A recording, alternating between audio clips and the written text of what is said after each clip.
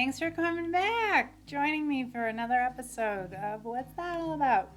Okay, I'm gonna be doing Mothman, but I'm taking a different spin on this because I've been doing more and more digging on this that I have come to the conclusion of something odd. So I'm gonna tell you about it, but first I'll just give you a little bit of the details in case you've never, like a lot of people, this story of the Mothman, like my husband's one of them.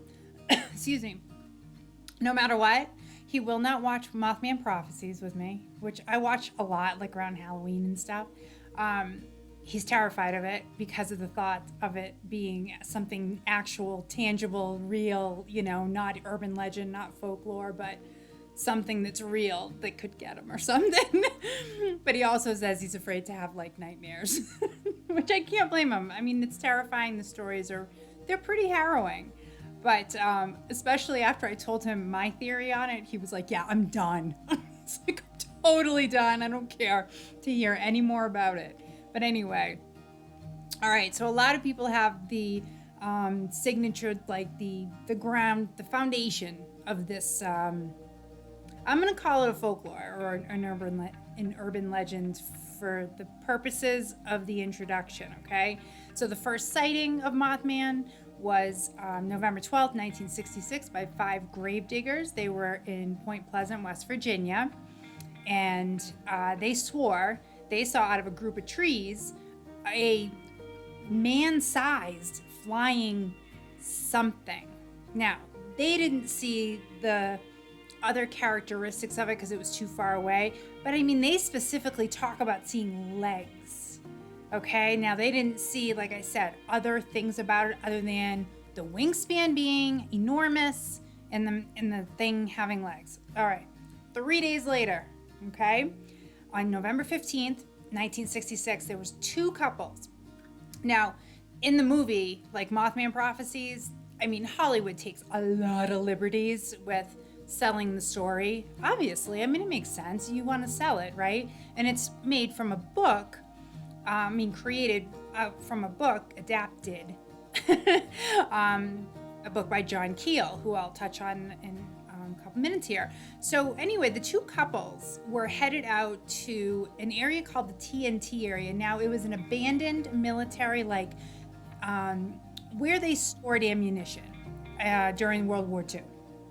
Okay, and like a lot of kids went out there, like high school kids and couples, not usually 2 at a time probably, but I think they were going out to like drink and just, whatever. It's like on the outskirts of Point Pleasant.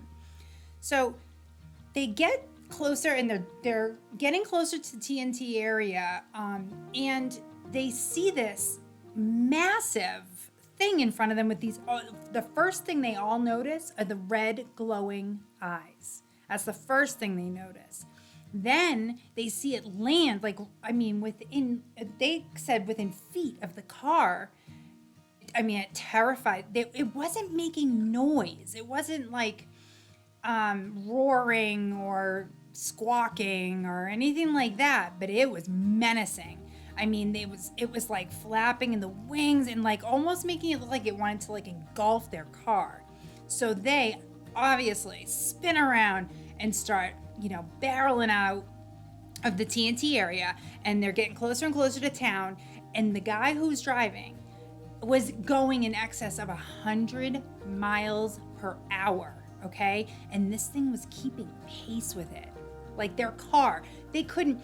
The only time it finally broke off was when they had gotten right to the outskirts of town by the Silver Bridge, okay? And as soon as that happened, it broke away, and they sped off. And they went off across the bridge and into downtown Point Pleasant. They also got a better look at the facial features of this creature, and they all said the same thing, that it had almost man-like features, but not like, it wasn't bird-like, but it was like creature-esque. But they said first it reminded them of a human, but like a very distorted one, which, the visual on that, right? So anyway, and then the very next day, there was another family that was going to see friends of theirs on the outskirts of town. And they swore that when they parked outside their friend's house, they heard some like rustling around the trees because this place was in kind of a remote spot outside of town.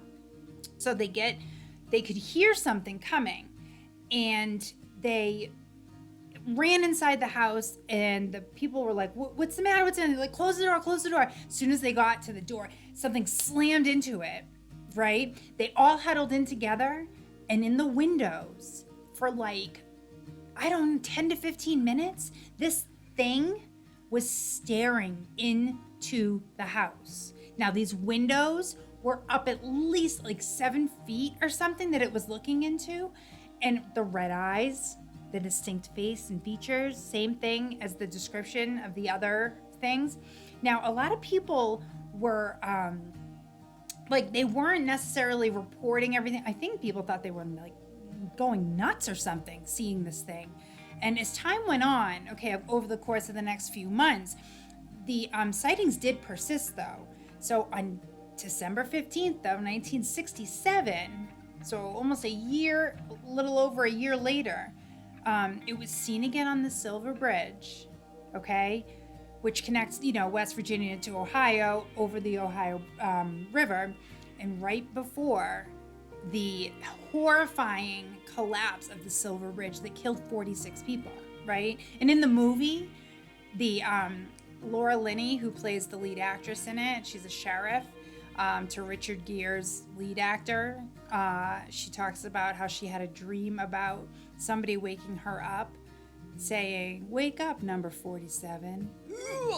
Now, she did talk about having presents bobbing around her, but it was around Christmas time, December 15th. People were going off into the bridge and into the water, and so all the presents that they had been shopping for were bobbing in the water. That actually happened.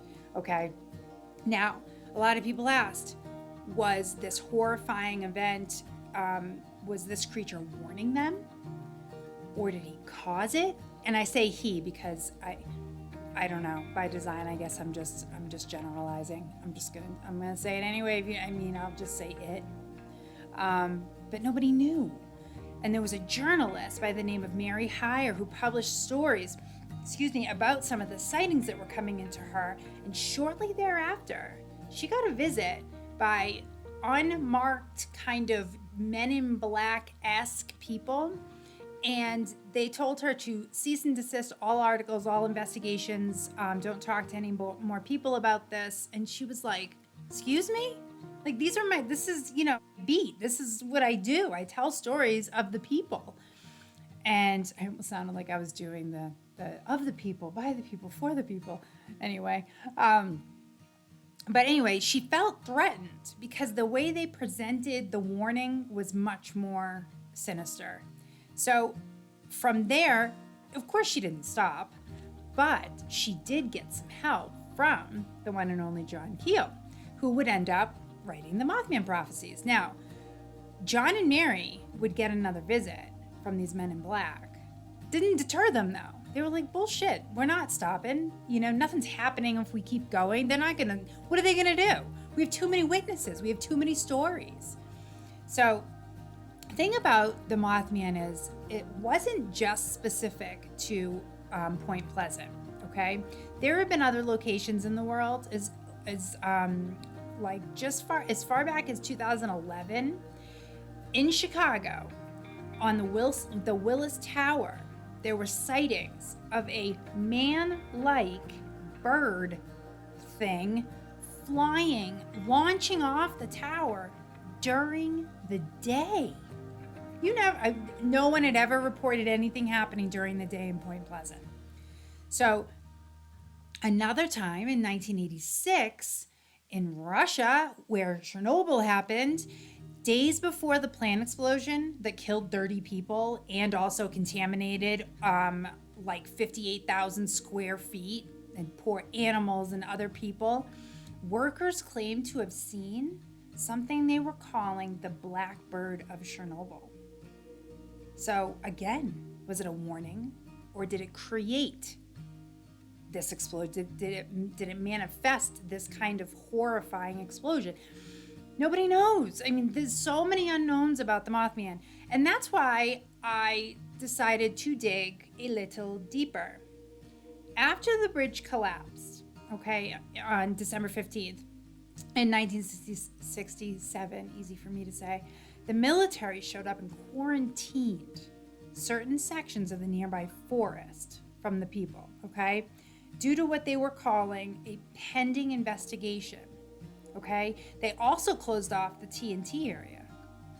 Now, it was rumored that one or several of the World War II munitions igloos, as they called them, because that's kind of what they look like, is these igloos, Bill was leaking and polluting the local vegetation. Some believe at the time, and at my time right now, that the Mothman was or might have been a result of a failed military experiment left behind. Think about it. So World War II's happening and they're storing munitions there. It was rumored that there was research labs all over the place. And Russia was doing animal experiments. Was the TNT area being used by the United States to do experiments with animals? They were trying to create like apex predators to use during wartime. What happens if in 1945 they left behind something that turned on them? Like something in its infancy, when it was splicing and dicing and manipulating creatures and making these horrifying. I saw stuff in Russia where they had like dogs with like two heads, and oh my God. I love dogs, but I don't know, two heads, one at a time, and these poor things, they were just subjected to just horrible experiments.